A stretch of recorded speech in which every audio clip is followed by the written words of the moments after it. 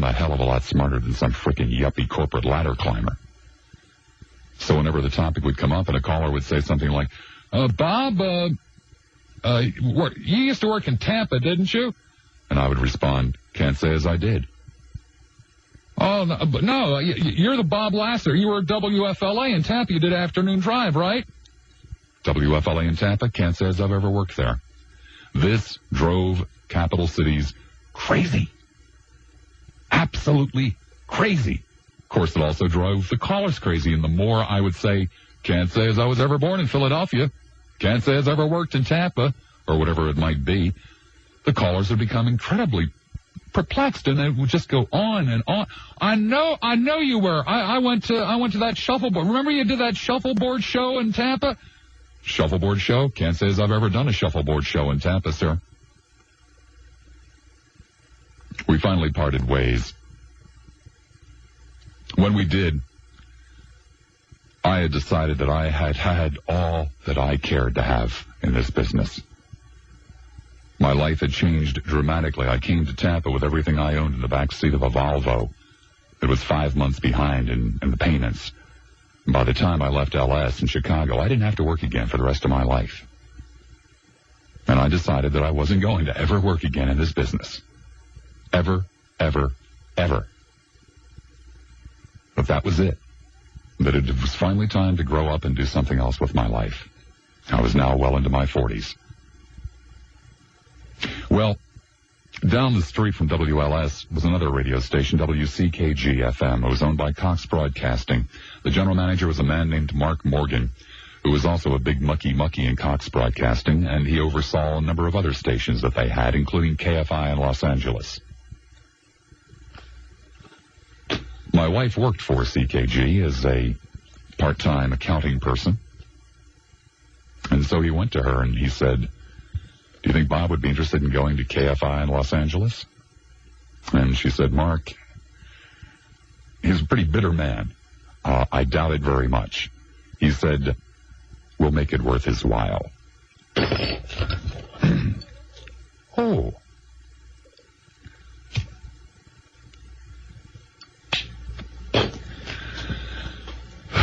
So I thought about it. And I went out and I talked to the people at KFI in Los Angeles, and it wasn't going to work out. And so I moved to Iowa. One day, while sitting in Iowa, the phone rang. And it was a young man who was the program director of the local talk station, WOC, which is a radio station owned by broadcasters. This young man used to work with my wife when she worked in Iowa. And that's how he knew that we were in town, and it's how he was able to get our phone number. And so he asked me out to breakfast one day, and he offered me a job. $12,000 a year. $12,000 a year. We're talking 5-6 years ago. I declined. I went home that day, and I said to my wife, I don't know why I went to lunch or breakfast with that guy. I want nothing to do with this business. This business isn't fun anymore. It's not fun anymore. I'd come full circle because my first offer at WPLP was for $12,000 a year.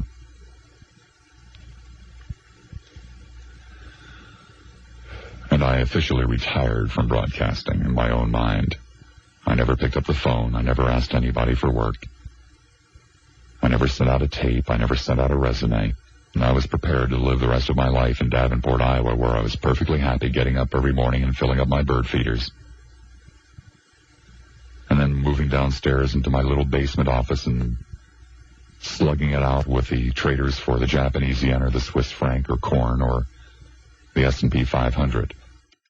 8:25 the time. You can get the latest from Persian Gulf on the Friday edition of AM Tampa Bay, 5 to 9 right here at News Radio 970 WFLA. So what does all of this have to do with WSUN? A lot. A lot. I had just spent 6.5 years of my life getting up virtually every morning and ripping through a newspaper and trying to find something to talk about, trying to find something to incite an audience with. 6.5 years of my life of calling people's grandmothers subhuman pigs, 6.5 years of arguing with people, 6.5 years of insulting people. I am a human being. I'm a very shy, reserved, quiet, polite man. And I had had it. Was totally burned out. I was perfectly happy to live in Iowa. I had just spent the last 2.5 years locked up in high-rise buildings where I rarely left the building.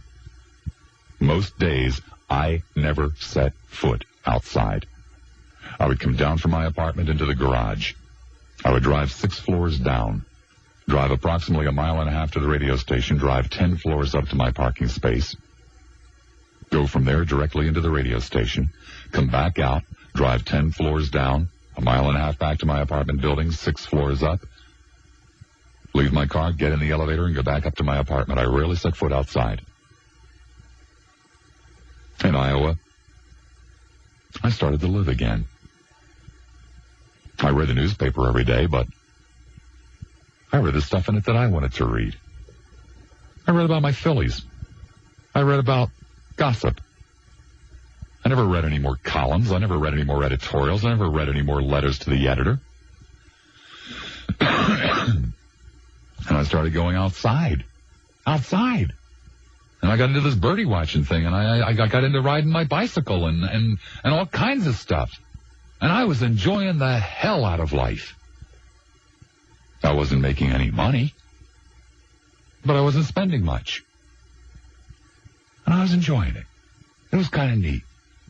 I had just moved out of this incredibly fancy schmancy apartment in Chicago, and I was now living in a very simple, very humble 3-bedroom, 1-bath house in Davenport, Iowa, worth about $60,000, and loved it. It was a beautiful little place. Had a great backyard, and I cut my own grass.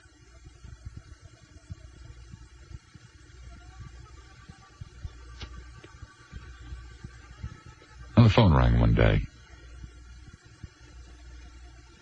Phone hadn't rang for a long time. Phone never rang. There was a man named Bob Neal from Cox Broadcasting. And he said, would you consider coming back into the business? And I said, I might consider it, Bob. I'm not really looking forward to it. I'll be honest with you. What did you have in mind? And he told me about this idea that they had, this really neat idea. WSUN, grand old lady of broadcasting that had fallen on hard times, and they were going to do this, and they were going to do that, and they were going to do the other thing, and I thought to myself, I don't really like Tampa. God, I'd love to bury FLA. I'd like to be part of burying those bastards. I mean, I worked my butt off for them, and they said really nasty things after I left there. Yeah, we can talk about this, Bob. We can talk about this. But, of course, I've reached a point in this business where I don't talk to the people. Now I have agents and lawyers, and they have representatives, and so we exchanged phone numbers for our various different representatives. 5 months would go by before the deal was cut, before I came back to Tampa, before I met Todd Lassiter,